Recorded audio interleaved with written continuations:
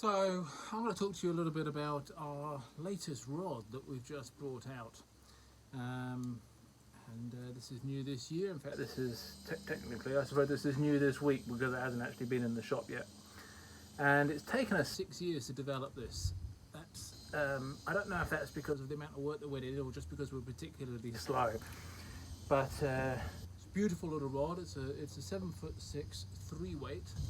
And of course, such a rod like this is really designed for fishing in small streams, confined places, where it's very difficult to make. Long casting is certainly not really what we're talking about here. Mostly, if you're fishing in an area like this, you're mostly fishing just the leader and maybe a little bit of fly line, and that's mostly the sort of distance you're casting, right? And occasionally maybe a little bit longer. So a rod really has to have, for this, it really has to be have lots of feel for these short little casts. And you might go, well, how is it possible that the rod loads with such a short line and just the leader only? Well, I can tell you, if I was to take this line off and just make this casting stroke, you'll actually see that the rod bends anyway, and it actually bends against its own weight. But anyway, I'm sure you all know that. So this rod is really designed for these short little casts. Even that's quite a long cast.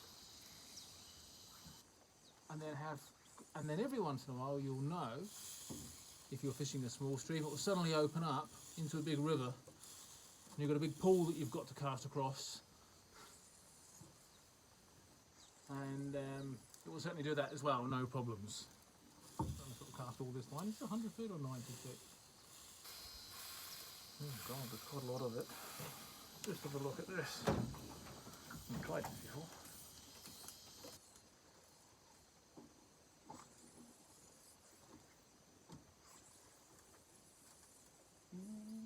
Not quite.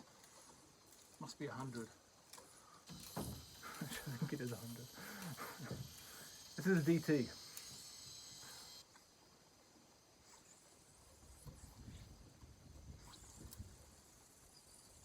There we go. Well, that's a relief, I'm sure, for you small stream guys, hey? But that's immaterial as far as I'm concerned. Yes, I mean, it's important. It's good that a rod can do it, but you'll never fish that far out there when you're fishing a tight little stream. So what else can I say about this rod? Apart from, obviously, it's designed for these close little casts. It's got a lot of feel. When we designed this, right, the first prototype I got was very similar to this one. And I wasn't quite happy with it. There was something missing. I didn't know quite what it was, and I sat on it for ages. And I think I broke that one in Romania, trying to carry 90 feet of 5-weight because it was going to go in a competition, and I just should never have done that, but I did it anyway. And maybe a fish over there, not sure. Anyway, we got that replaced, and then it's the one I took around the wood. I had it with me for like 5 years. And everywhere I went, I pulled it out, and people had to go with it and said, oh, that's fantastic. And I said, well, how can it be better? And they go, oh, I don't know. What are you thinking, Paul? And I'm like, wow, I don't know either. Okay, and I sat on it for ages, and then I was in, where was I? That was Jakarta, Indonesia. I was in Indonesia, a bunch of Australian lads here. They all said, oh, we'll love this. When you bring it out, we'll buy it. So I'm just pointing this out to you. This is the one. Anyway, I said, well, I'm just going to try stiffening up these two lower sections and see what happens.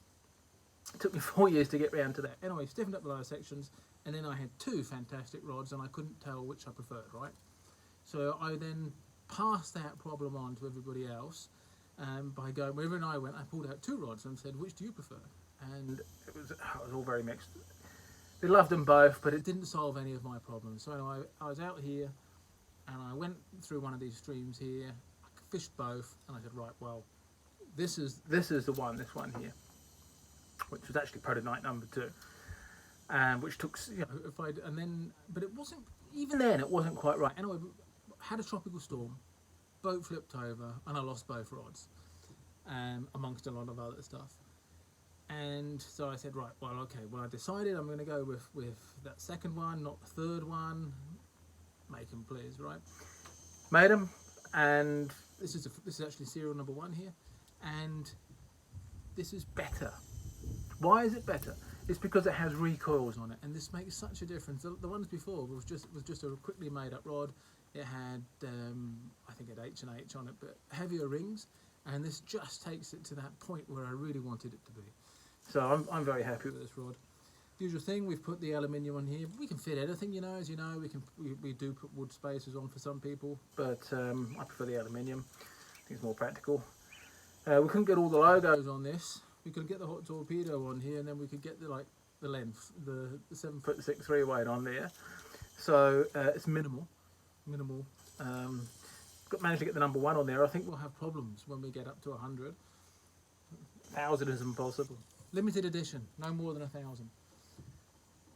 What else can I say about it? Well, you just have to try it really. It's a cracking little rod. I fished it quite a lot. I fished it every chance I could really, in small streams. I was in Estonia just after the World Championships. So I took it fishing there. Yeah, everywhere that I can, because I'm fishing a lake mostly. So that's one reason it's taken so long. Because I started fishing with one of these when I was as a teenager up in Scotland on a water relief. I had a 7'6" 4 weight then. And quite frankly, it doesn't really matter if it's a 3 or a 4 or a 2 or a 5 until you put the line out there.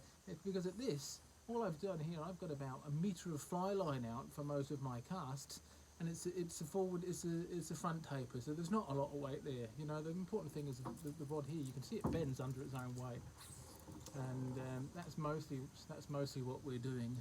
You know, when we're fishing these rods, length is important, of course. You know, if you've got lots of trees above you and branches, can't get in there with a 9-foot rod, but this you can just about get in there. And of course, you know, a lot of your casts will be rolls and so on, and a lot of presentation casts like that one. You know, we use the sort of the steel blue grey whippings with the orange tips, you know, because I'm really into different colours like this and the finish. But I actually do like this. And but if you've got a favourite colour, we'll put that on there. We don't care. We build these to order as anything you want. We usually have 1 or 2 of these standards knocking around to get them out quick. But you know, we can for you personally, we've got something you want in mind, we'll do it. We don't mind. We do it. In fact, we enjoy it. We prefer custom work. We're going to have to make your name, if you're going to put your name on here, it's going to have to be pretty small because it's quite thin. Damn, that's 2 snakeheads that just came up. I know what I'm doing after this. One last thing. So, I don't know how you feel about life and things happening for a reason, but what actually happened to us 6 years ago was that we took an order for rod tubes from the States, really good quality rod tubes, and somehow the order got messed up. Not our fault, thankfully, and we ended up with 40 tubes for 4-piece 7.5-foot rods. Okay, and now I took that as a divine message. We got them free. We had to pay the postage and the shipping, of course. And not the shipping and the import taxes. It wasn't actually for free, but it was a bit better. But anyway, I kind of figured, well, if I don't get this rod out, I'm going to be buried with these, and they'll dig me up in a few thousand years and go, wow, we got buried with 40 rod tubes for 7.5-foot rods. And they are wonderful rod tubes. They are fantastic. I mean, they're a little bit heavier than the other ones. They're the best cordura. They're more expensive than the aluminium tubes. You don't even need a rod sock because they're like dividers in there. They're really wonderful. We just moved away from them from our main, because this was originally the Sexyloops tube on all of our rods, and because people unfortunately associate cordura with cheap and aluminium with expensive, which is ironic because we buy the most expensive of both, and I can tell you this is more expensive than an aluminium tube by a little bit. But people associate this, so we have to go to aluminium. But there are advantages of this, because you could drop it on the boat and it doesn't make so much noise, and it is actually a beautiful tube. Doesn't fall apart. They are wonderful. However, I know that some of you have probably got all the rods now with aluminium rod tubes, and this would look out of place. So we have both. Okay, so we have both. Maybe you've got the original HT6 in one of these tubes, in which case this would be perfect for you. I think ultimately we'll end up offering both. I just haven't got round to ordering the number of rods, the number of tubes for the 9-foot rods yet. But I can imagine that we'll do this. I do like it. I kind of prefer it. It is a little bit heavier. That's my only, because the plastic is more robust than. In order to make the plastic robust, it's a bit thicker and heavier. So there you go. That's about all I can say about that. I would love to take this one fishing. Oops, you fell in there. This particular rod, but I have actually already sold it, so I can't do too much with it. But that's serial number 1. Number 4, we make number 4 first usually when we think we're about right, because that's the one that I end up with. But in this particular case, it's at the bottom of the lake, so in 10 or 20,000 years, when the world's upside down and they come digging around here, they'll find two of these rods in there, and I imagine they'll last that. Who knows? Anyway, beautiful rod. Anyway, hope you buy one. Let me know. We're getting quite busy again. We were pretty quiet over the beginning of this bloody virus. Then we sort of caught up, but I know a few of you are probably a bit struggling, as are all of us fishing guides too. So thankfully this business has sort of kept rolling. And if you are in all of that, I hope things get better for you soon. It's not too bad here, and I hope maybe next year we might hopefully see more guests over here again. Currently nobody can get in. Nobody can get in, nobody can get out.